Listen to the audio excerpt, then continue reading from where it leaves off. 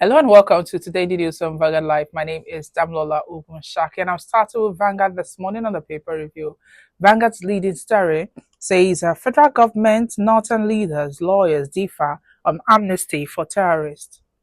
Governors have powers to grant such amnesty if, that's coming from Attorney General of the Federation, they can't grant amnesty offenses under federal laws.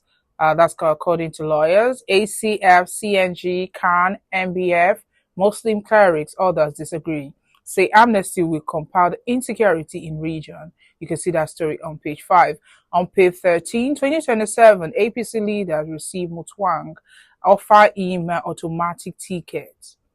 On the page 10 of Shun local government tenure dispute, Adeleke APC trade words. Bandits kill 2, abduct 50 women in Katsina community. Terrorists demand 250 million naira, 20 motorcycles ransom from Kajuru church victims. Demand 100 million naira for abducted pregnant woman, nursing mother in Ekiti. You can see this story on page 6, and there's a picture here showing a Turkish president, President Bola Ahmed Tinubu also, Minister of State for Foreign Affairs, and Denu Ribadu, National Security Advisor during President Tinubu's visit to Turkey yesterday. Ankara, despite fall, Tinubu in great shape. That's coming from presidency. And on sports, Adepoju, Lawa hails Super Eagles' new team spirit. You can see that on page 39 and top banner on page 9. Customs duty violation. Court orders for feature of private aircraft to federal government. LCCI orders lament losses as national grid collapses again. Lastly, on Vanguard newspaper, 2027 polls won't be decided by incumbency. Atiku will be Aregbesola, others says. Away from Vanguard, we move to The Guardian. The Guardian major headline says ADC hosts the opposition show of force. Unity push ahead of 2027. You can see that on page 6. Senate urged to treat food insecurity as national emergency. 72% of Nigerian businesses tap AI to overall workforce. More officials quit cabinet as Yusuf launches the APC e-registration exercise. Lastly, on the Guardian newspaper, we have Tinubu 6 Senate nod for health bills and more judges. You can see that story on page 3. Now let's move to the Punch newspaper. The Punch major headline says, investigation uncovers school who plotted Tinubu's ouster. Interim report reviews military officers, targeted president, vice president, ministers, and key installations. Arrest ongoing. You can see that on page 2. On pages 4 and 5, how I lost 3-week-old daughter to Makoko demolition. That's coming from a carpenter. She'll arrest trial. Court admits a mockery clip calling Tinubu drug lord. You can see that on page 14. And lastly, on the Punch newspaper, we have Wike threatens workers as court order strike suspension. You can see that on page 7. And lastly, the nation's major headline this morning. It says Kano quakes with governor, lawmakers defection to APC. The Kwankwaso's son quit ESCO. You can see that story on the front page, and it continues on page 3. And inside that story, we have stepped down for governor Kandu J tells aspirants. Atiku's son pays APC card in Adamawa. Just a glow for Mutwang. And on page 33, low-income earners get January pay with tax laws implementation. Top banner of the nation, we have NAFDAC's ban on sachet drinks with crippled local investment. Military set to court martial suspect for alleged coup. Lastly, on the Nation newspaper, Attorney General Federation takes over Ozekome's forgery case from ICPC. You can see that story on page 35. And that's all we have on the front page of the dailies this morning. Join us after the break for a brief analysis of some of these stories.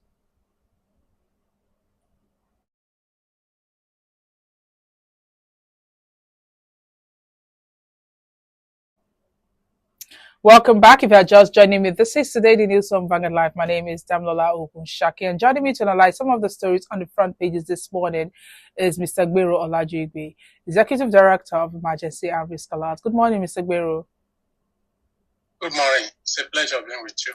Yes, it's a pleasure here too. Now let's talk about some of the stories, and we'll start with the insecurity in the country. Now, northern leaders, they've disagreed with the federal and state government over amnesty being granted to terrorists who have turned the region into a killing field.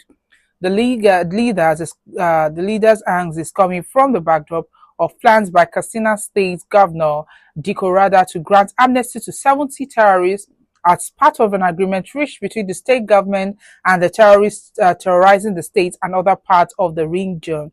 Now, the anger of the northern leaders was centered by the position of the office of the AGF on the matter. What do you think about the Katsina State Governor's plan to grant amnesty to 70 terrorists in the state? One, when you are in a state that has shown every appearance for state failure, you have this type of sentiment being pushed out by people, including those who are ignorantly governing like the Katsina State government. And when you have a very weak governance at the federal level that doesn't know even what his own law is saying, then you continue to have this type of unhealthy debate, irrational decision, illegal and immoral contemplation of granting amnesty to terrorists, particularly by the state governor. I'm saying this with the knowledge that act of terrorism is a federal offense in the first place. The state has no say in the type of sanction that is apportioned to terrorists in terms of their legal prosecution, in terms of whatever fate they suffer, consequence of arrest, consequence of trial, consequence of decision by the court.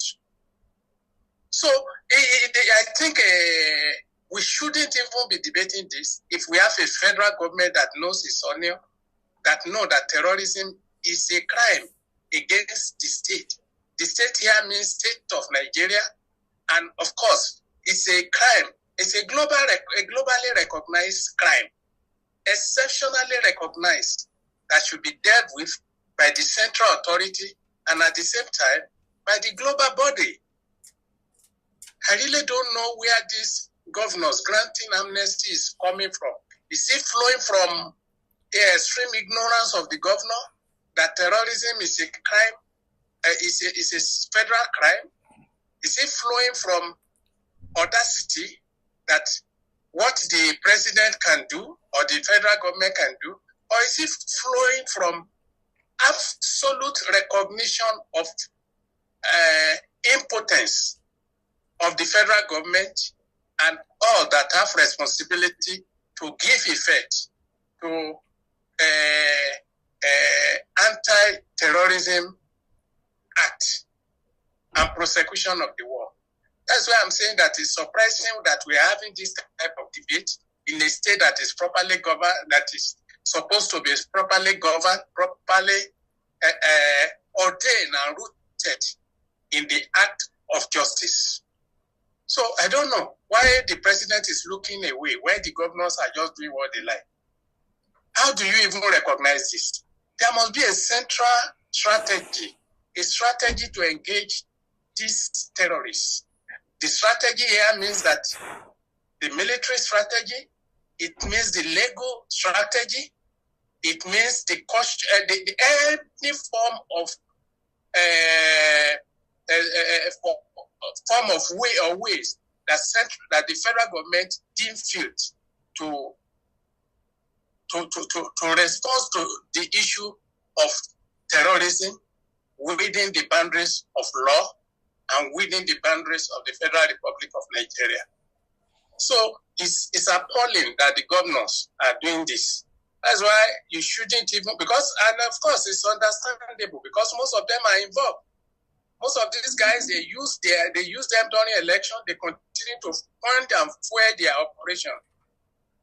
So I have always advocated that the federal government should be able to get to the root of this, identify the sources of funds, the sources that of encouragement, the sources of support, including that of political support that they in return give to those in power who are rooting for amnesty for a set of people that should be sent to their maker without even thinking it twice.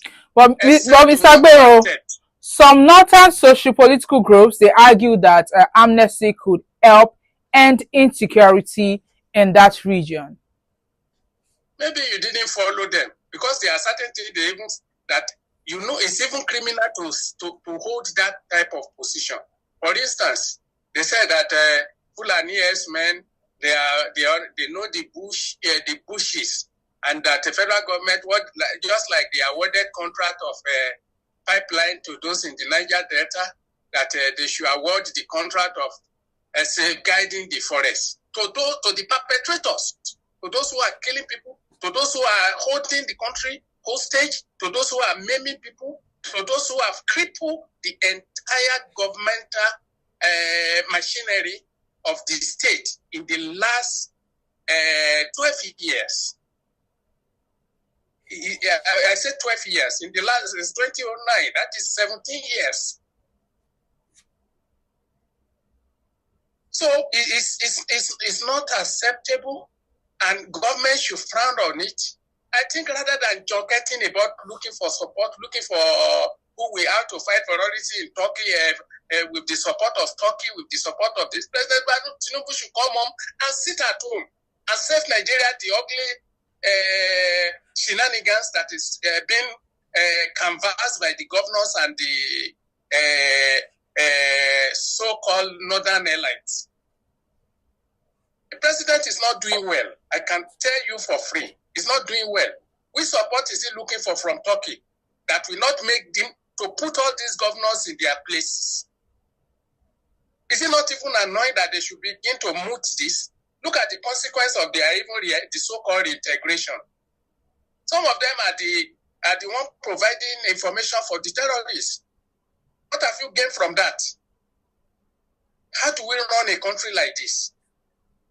The buck stops at the table of the president, who have responsibility for execution of the decision of the military, and to ensure that our justice administration system gets the teeth to bite.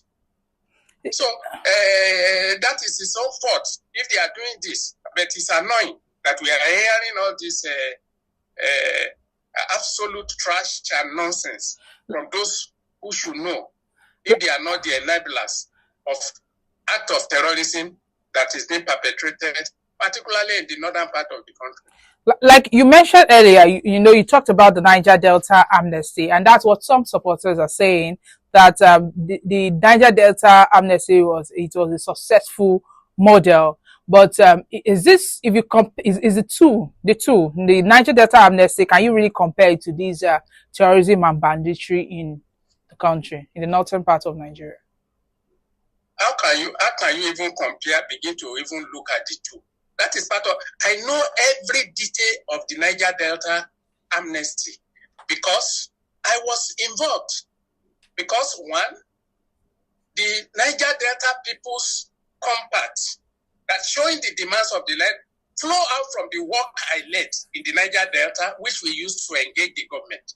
And I was part of the a member of the technical committee on the Niger Delta set up by President Yar'Adua to see to the implementation of this. So there's no basis for comparison. And those one, they were defenders of their own environment. That if care is not taken and we allow oil to be exploited and exploited the way it was being done then, that they are exposed to almost irreversible danger. The consequence of exploration in the Niger Delta, to the environment of Niger Delta, to the health of the people of Niger Delta, to the economy of the people of Niger Delta, even to the state of affairs in the Niger Delta, occasion for that, including the near extreme poverty that majority of Niger Delta people were facing at that particular time. What the reason for honesty? Can you adduce the same reason for those who are outrightly criminal, who are promoting hate, who are promoting and leveraging on what they call value violence. Value violence in the sense that they are using religion as the background, at the basis for projecting the extermination of others who don't believe in what they believe in. Where is the meeting point? These are two parallel lines that can never meet. So there's no basis for comparison. One to the other. You can't compare them. So if amnesty now is off the table, what should those state governors do, the northern state governors? What should the president do should be the question. Any governor that is promoting this should be arrested because they are part of them. They are enabler. The enabler. President should actually, that's why I'm saying that he should sit back at home and manage all these crises and tendencies so that he can be able to give a formidable strategy for engaging this act that is spreading like wildfire and that is being supported, that is being resourced by the so-called elite in the north and elsewhere. Up to today, those that were arrested for funding terrorism in Nigeria, how many of them do you know now? Even those that were handed over to Saudi, to UAE, they have been sentenced in the last 2 years. Here we are still dilly-dallying. So what do we say? It's a game of economy, political economy they are playing. All of them are benefiting from the extreme violence that is going on. They have built a fortune mill around them and begin to profit from the business of blood that is going on across the country. This must be stopped. And the only person who can stop it decisively without being political about that is the president, bringing out a robust strategy, commitment, resource the war, and ensure the supervision of the war so that it does not even continue to be the larger part of its investment continue to be lost in the war economy that is going on across the country. All right, let's move away from that. An investigative report has revealed that an army colonel led a clandestine plot to overthrow President Bola Tinubu's government, allegedly coordinating a network of military officers to target the presidency, vice presidency, ministers, and key national installations. Now, this is an allegation that a serving army officer planned a coup aimed at top national leaders. What do you think about this? And what does it say? What does it signal about internal military cohesion? Even if you look at the people by their name and everything, the coup plotters are not people, they are people that should be sent out of this country into the dungeon of this thing. They can't, what type of planners are this? No matter how bad this government is, there's a way we can remediate the damage that is being caused by democratic government. Military government and these so-called plotters, if they are truly the plotters, couldn't have meant well for Nigeria. Because one, assuming that they are even planning to do better, how can you do it with lopsided planners who are from one part of the country? Is that the type of government we want? Assuming that we even want military government in the first place, which is an aberration on itself. I think Nigeria is lucky that they fail in their plot because they will have drawn Nigeria back, drawn Nigeria into war of ethnicity, drawn Nigeria into war of animosity, and of course, creating template for final destruction of the country. A sample of their sources will have been a monumental calamity for the country. So thank God they didn't succeed. But that is not to say that the president and the presidency should not look at what is wrong. Because in every smoke, they say in every fire, there is smoke or whatever. If there is smoke, there is likely to be fire. If there is fire, there is likely to be smoke. the president should sit at home. I will continue to say it. Reflect on all these things and manage the ugly tendencies, whether it is being pushed by the military or others that don't mean well for the country. So there's no way you are going to be junketing the country and everything. So the annoyance of the people, especially when the economy is sinking the ship of the country, when your economic management is sinking the ship of the country, when people are getting poorer, when the agitation is beginning to upwell, there will be something to anchor cool on. That is the reason. So these people are just taking advantage of the mood of the country. The president should know that the poor are getting poorer. The inequality, the gap of inequality is getting wider and wider. Those are the things he should manage. Those are the things his economy formula should respond to. There is not creating economy of deception, economy of lying to the people. For example, there is nothing progressive about his tax. You say you are excluding 800, those who are earning below 800,000 per year. How many Nigerians? Even level 1 is not that we still pay tax. Because at 70 naira, the money they earn in a year at 70,000 minimum wage, that is the least paid will be 840,000 per year, which is not excluded from the tax this thing. So they are just pulling wool on the faces of the people. Nigeria president should sit at home, revisit all decisions he has taken, and recorrect them and re-amend them where there is need for amendment, and also look at a varied one that is unapologetically pro-poor that can be implemented to maintain stability, to maintain so that you don't give room for those who are looking for excuses to the extent that they can be pushing for coup in a country like this. So if the president can do this, accede to demand to revisit all this policy and look at the fact that the policy seems to be working for airline doesn't mean that it's going to stabilize the country. But now, Mr. Barrow, they will be recruited into the pool of terrorists, and you will now have another problem. That means that no matter the amount of tax you collect, you are going to you could be spending it on military security that is not adding value to Nigeria in terms of economic development. So it's just like being Kobo wise and Naira foolish. All right. Observer says, they say the plots, including a surveillance of critical sites like the presidential villa and major airports, was far from casual descent.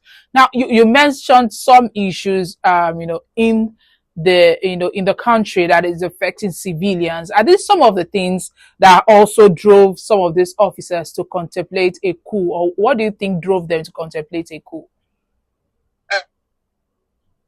That's why I talk about the mood of the country. When they know people, like the majority of Nigeria, are not happy with government. That is the critical thing the military look for before they stage coup.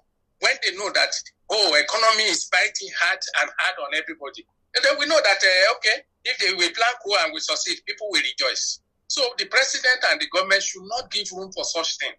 That's why at every time, any of your policy, review them whether they are promoting the happiness of majority of the people, particularly the poor people.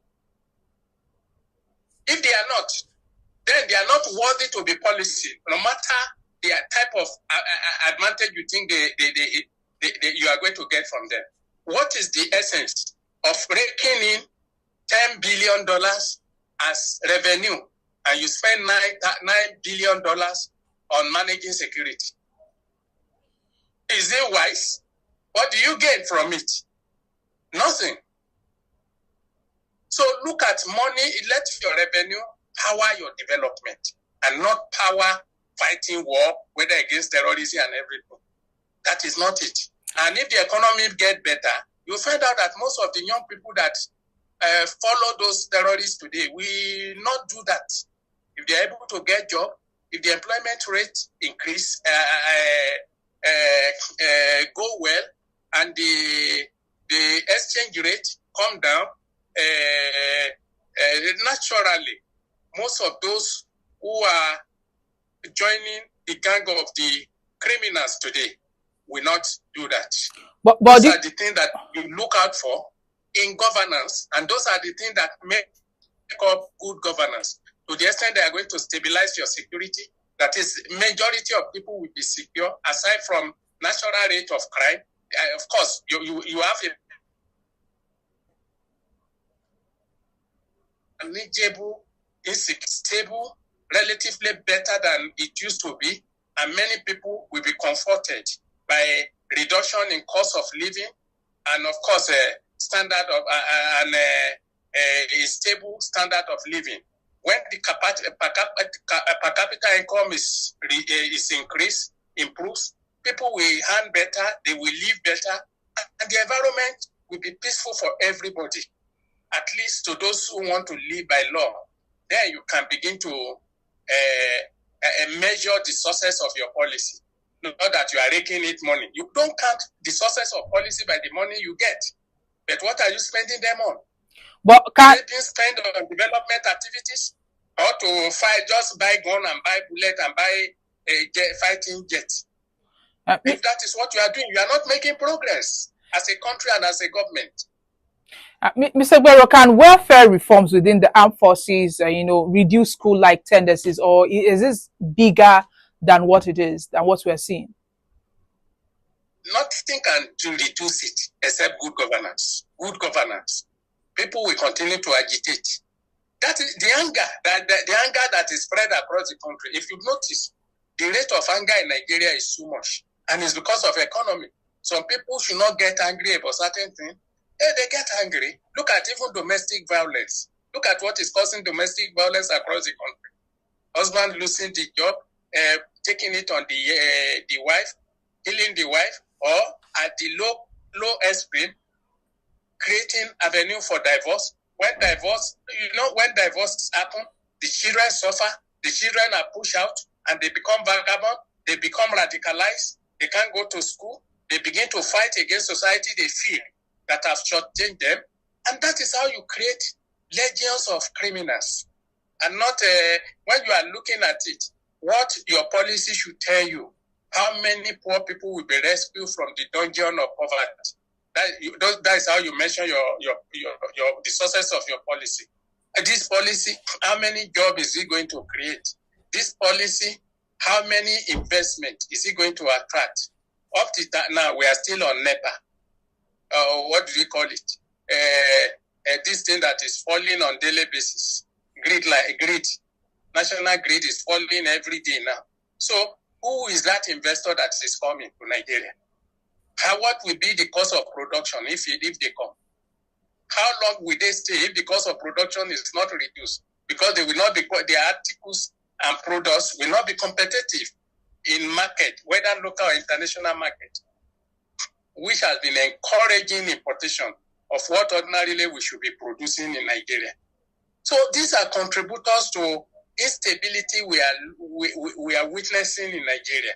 So the president should know that the broad-based planning should accommodate all this and recognize all this.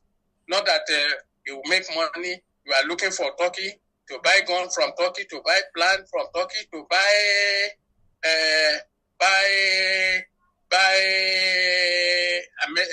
gun from America, from elsewhere.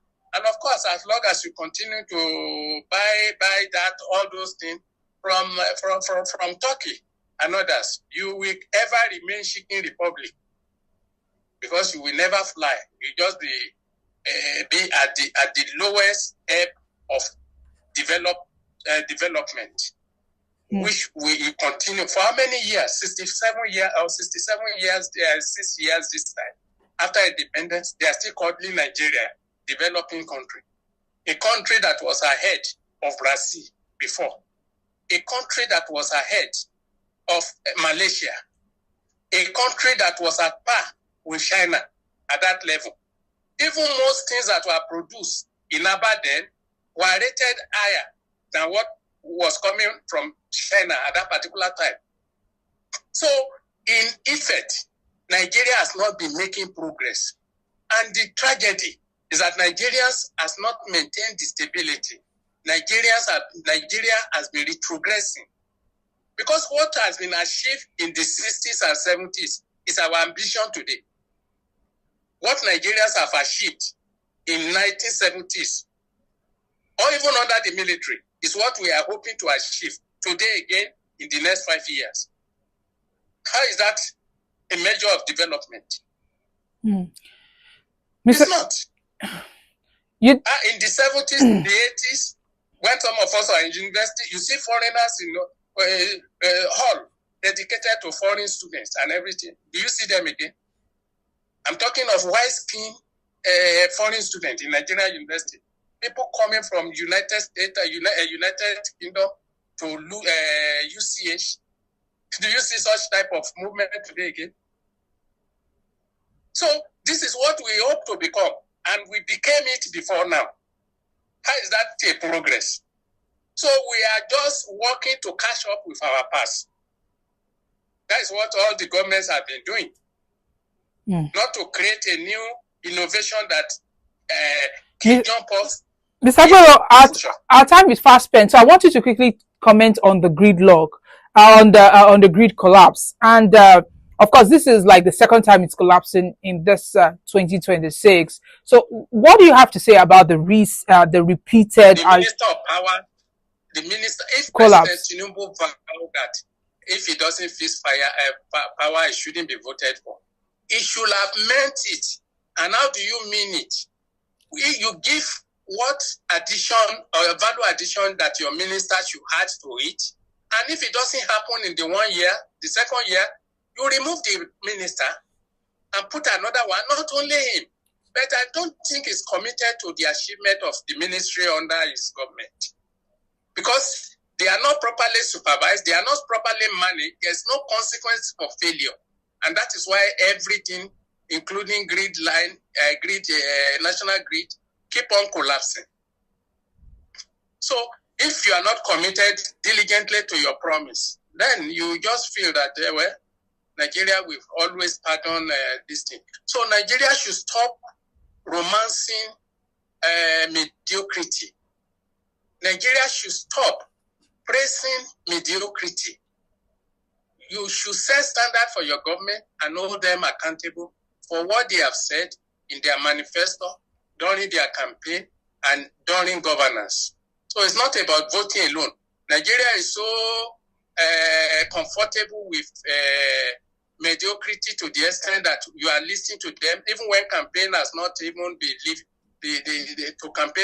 lifted. But there is infusion of his ear everywhere now.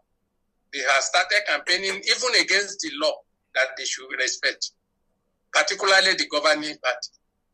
Does it make sense? Is it not taking the people for granted when you have not delivered on your promises? So, President Tinubu should review his promises, his manifesto, and see how far he has gone. I don't know what Adisa is doing here because he has not come out publicly to show us how the ministers are performance and show us the performance index that she used to grade them and tell us which one is performing low, the one on average, and the one that is performing well. So if President Tinubu is committed to such performance transparency, then good for his administration. But everything is opaque now. Nothing is going, aside from the issue and the sweet flowing suffering and intrusion of fear across the nook and cranny of the country due to insecurity. I can't see anything that is coming from this administration in terms of the first purpose of government is the welfare of the people. And of course, their security. Where there is no welfare, the people are complaining, they are not living up to expectation, they can't take out daily living, there is no basic, there is no access to basic necessities. And then it becomes inevitable that such environment will be insecure. If welfare of people are not taken care of, you can't even begin to talk of security in the real sense of it. And those two parameters, effectively, this government has failed in achieving them. All right. Thank you, Mr. Guerrero, for joining us this morning. It's a pleasure being with you. Thank you very much. Yes, and have a lovely Wednesday. This is where we have to draw the curtain today. My name is Damola Ogunshaki. Do what to like and follow us on all our social media platforms showing on your screen. You can also visit our website, www.vanguardngr.com. Have a lovely Wednesday.